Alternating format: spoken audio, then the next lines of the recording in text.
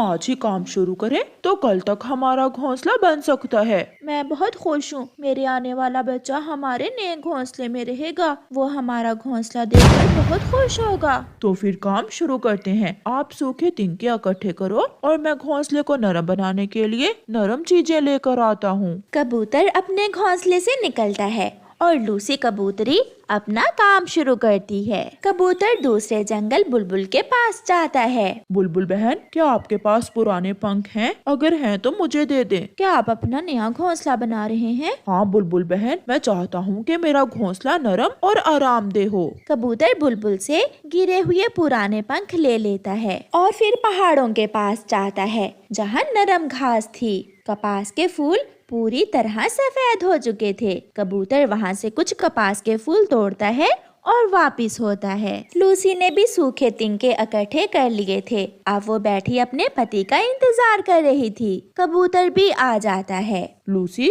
आप ये चीजें इकट्ठी करें और मैं जल्दी से चिड़िया को बुला लाता हूँ। वो हमें घोंसला बना देगी। कबूतर चिड़िया के पास जाता है। चिड़िया चिड़िया, मैंने सारी चीजें इकट्ठी कर ली हैं। अब आप मुझे घोंसला बना दें। कबूतर भैया, क्या आप पक्षियों के पंख ले आए हैं? मैंने सारी चीजें जमा कर ली हैं। फिर चिड़िया कबूतर के साथ जाती है और कबूतर का घोंसला बनाने का काम शुरू करती है। चिड़िया बहन, मैं आपके लिए दाना ले आता हूँ क्योंकि आप आज दाना नहीं लेने जा सकेंगी। कबूतर भैया, मेरी बेटी भी भूखी होगी। मेरी बेटी के लिए भी थोड़ा दाना ले आना। कबूतर चिड़िया के लिए दाना लेने चला जाता है और चिड़िया कबूतर का घर बनाती है। कबूतर मैदान में जाता है और वहाँ से उसे कुछ दाने मिल जाते हैं। लूसी, तिनके तो लग गए। अब आप मुझे रंग बिरंगे पंख दो। मैं वो पंख लगाकर घोंसला नरम बना देती हूँ। चिड़िया बहन, आपने घोंसला बनाना कैसे सीखा था? मैंने अपनी माँ से सीखा था। मेरी माँ बहुत सुंदर घोंसले बनाया करती थी। कबूतर दाना ले आता है और चिड़िया कबूतर का घोंसला बना देती है। चिड़िया बहन, आपने तो कमाल कर दिया। ये घोंसला तो बहुत शानदार है। चिड़िया अपने पड़ोसी की मदद करके दाना लेकर अपने घर चली जाती है। आज रात लूसी और कबूतर बहुत खुश थे। वो अपने नए घोंसले में बैठे बातें कर रहे थे। दूसरे दिन पड़ोसी कौवे कबूतर और कबूतरी का नया घोंसला देखकर हैरान हो जाते हैं। कालू, ये कबूतर और कबूतरी ने कब नया घोंसला बना लिया है? ये तो बहुत सुंदर है। गोरी, मेरा तो मन कर रहा है कि हम उनका घोंसला चुरा लें। देखो देखो, वो दोनों कहीं जा रहे हैं। वो शायद नदी पर जा रहे हैं। चलो, तुम मेरे साथ चलो। फिर कौवा और कौवी कबूतरों के घोंसले के पास जाते हैं और इधर उधर देखकर उनका घोंसला उठा लेते हैं और वहाँ से भाग जाते हैं। वो जंगल की दूसरी दिशा में चले जाते हैं। कबूतर और कबूतरी जब वापस आते हैं तो अपने पेड़ पर अपना घोंसला ना देख वो रोने लग जाते हैं। हमारा घोंसला किसी ने चुरा लिया है। मैं छोड़ूंगा नहीं, मैं उसे छोड़ूंगा नहीं जिसने हमारा घोंसला चुराया है। गुस्से में कबूतर उड़ता है। वो सारे जंगल में घूमता है। तोता अपने घोंसले में बैठा हुआ था। मैना भी अपने घोंसले में बैठी हुई थी। कबूतर रुकता नहीं, वो आगे जाता है। ये पेड़ ठीक है कालू जी, हम इसी पेड़ पर अपना घोंसला रखते हैं और ठंडे मौसम में गरम घोंसले के मजे लेते हैं। मेहनत की कबूतर ने और आराम करेंगे हम। दुष्ट कौवो, मैं आ गया हूँ। मैं अपनी मेहनत से बनाया हुआ घोंसला किसी भी कीमत पर तुम्हें नहीं दूंगा। कबूतर को देखकर कौवे डर जाते हैं। ये घोंसला तो हमारा है। कबूतर घोंसला उठा लेता है। दुष्ट कौवो, ये देखो, इस घोंसले में हमारे गिरे हुए पंख अभी तक मौजूद हैं। कबूतर अपना घोंसला ले जाता है और कौवे एक दूसरे का मुंह देखते रह जाते हैं। उस रात तेज बारिश आती है।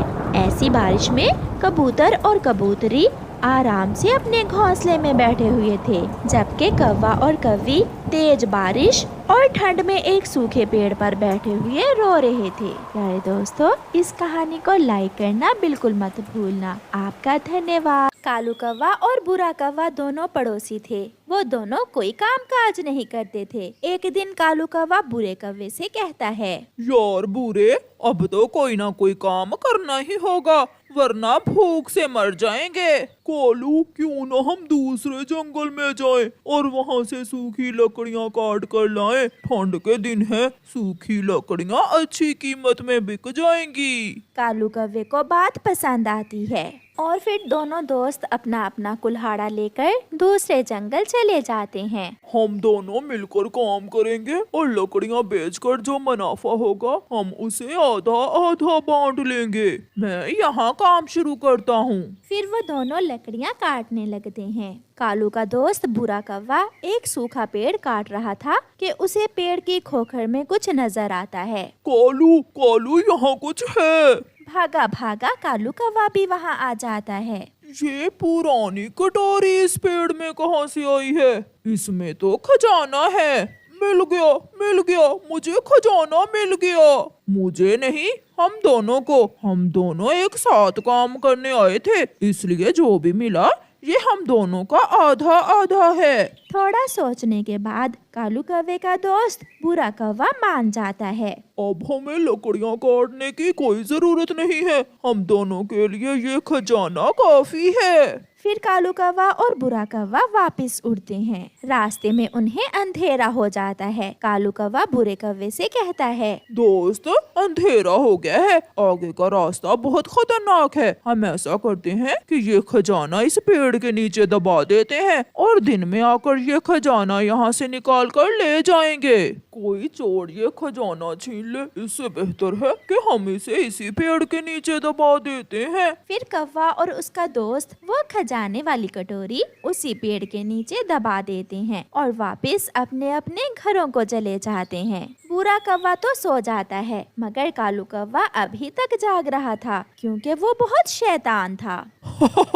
बुरा तो सो गया होगा, मैं अभी जाकर वो खजाना निकाल लाता हूँ। ऐसा सोचकर कालू कौवा घर से निकलता है। कालू कौवा इधर उधर देखकर वो खजाना पेड़ के नीचे से निकाल लेता है। अब ये सारा ही खजाना मेरा हुआ। मैं बुरे से कहूँगा कि कोई चोर ये खजाना ले गया है। कालू कौवा अपने घर जाकर वो खजाना छुपा देता है। सुबह हो जाती है। बुरा कौवा जल्दी से उठता है और कालू कौवे के घर आता है। कालू, कालू, जल्दी चलो, ऐसा ना हो कि कोई चोर ही खजाना निकाल कर ले जाए।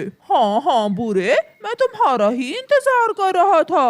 बुरा और कालू कौवा उसी जगह जाते हैं जहाँ उन्होंने खजाना छुपाया था। कालू, कालू, यहाँ खजाना नहीं है। खजाना कहाँ गया है? मुझे क्या मालूम, शायद कोई चोर निकाल कर ले गया है। नुकसान हो गया बुरे, हमारा बहुत बड़ा नुकसान हो गया। बुरा कौवा रोने लग जाता है। ये खजाना तुमने चोरी किया है, मुझे पता है। ये खजाना तुमने चोरी किया है, मुझे सब मालूम है। तुम ही सारा खजाना हड़पना चाहते थे। सीधे से बताओ, खजाना कहाँ है? बुरा कौवा जंगल जाता है और चिड़िया को सारी बात बताता है। फैसला पंचायत तक पहुंच जाता है। अगर तुम दोनों में से कोई भी नहीं मान रहा कि वो खजाना कहाँ है, तो मेरे पास इसका एक उपाय है। मिठू, मिठू, जल्दी से बताओ। अगर वो खजाना मिल गया तो मैं आप सबको इसमें से हिस्सा दूंगा। हाँ तो कालू, अगर वो खजाना मिल गया तो क्या आप भी हमें उसमें से हिस्सा दोगे? ना ना, मैं क्यों दूंगा। वो खजाना हमें मिला था और मुझे विश्वास है कि खजाना बुरे कौवे के पास ही है। फिर चिड़िया और मिठू तोता सलाह करते हैं। मिठू तोता अपना उपाय चिड़िया को बताता है। मेरे पास एक ऐसा जादू है जिससे पेड़ बोलकर बता सकता है कि खजाना किसने चुराया है। हम कल सुबह वहाँ जाएंगे और उस पेड़ से पूछ लेंगे कि वो खजाना किसने चुराया है।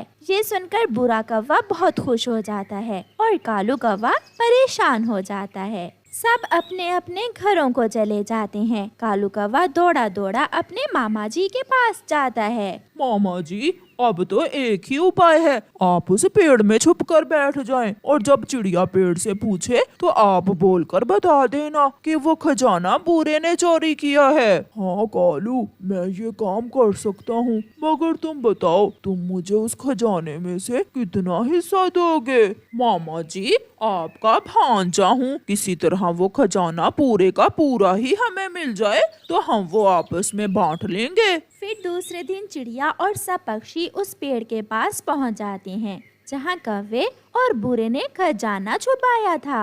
चिड़िया पेड़ से पूछती है, पेड़ पेड़ अच्छे पेड़, क्या तुम बता सकते हो कि खजाना किसने चुराया है? ऊपर पेड़ में छुपा हुआ कालू कौवे का मामा बोलता है, बूरे ने, वो खजाना बूरे कौवे ने चुराया है।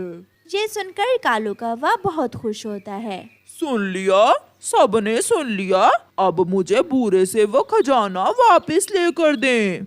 मगर चिड़िया भी होशियार थी। वो कहती है, ये पेड़ झूठ बोल रहा है, इसे आग लगा दो ताकि ये सच बोले।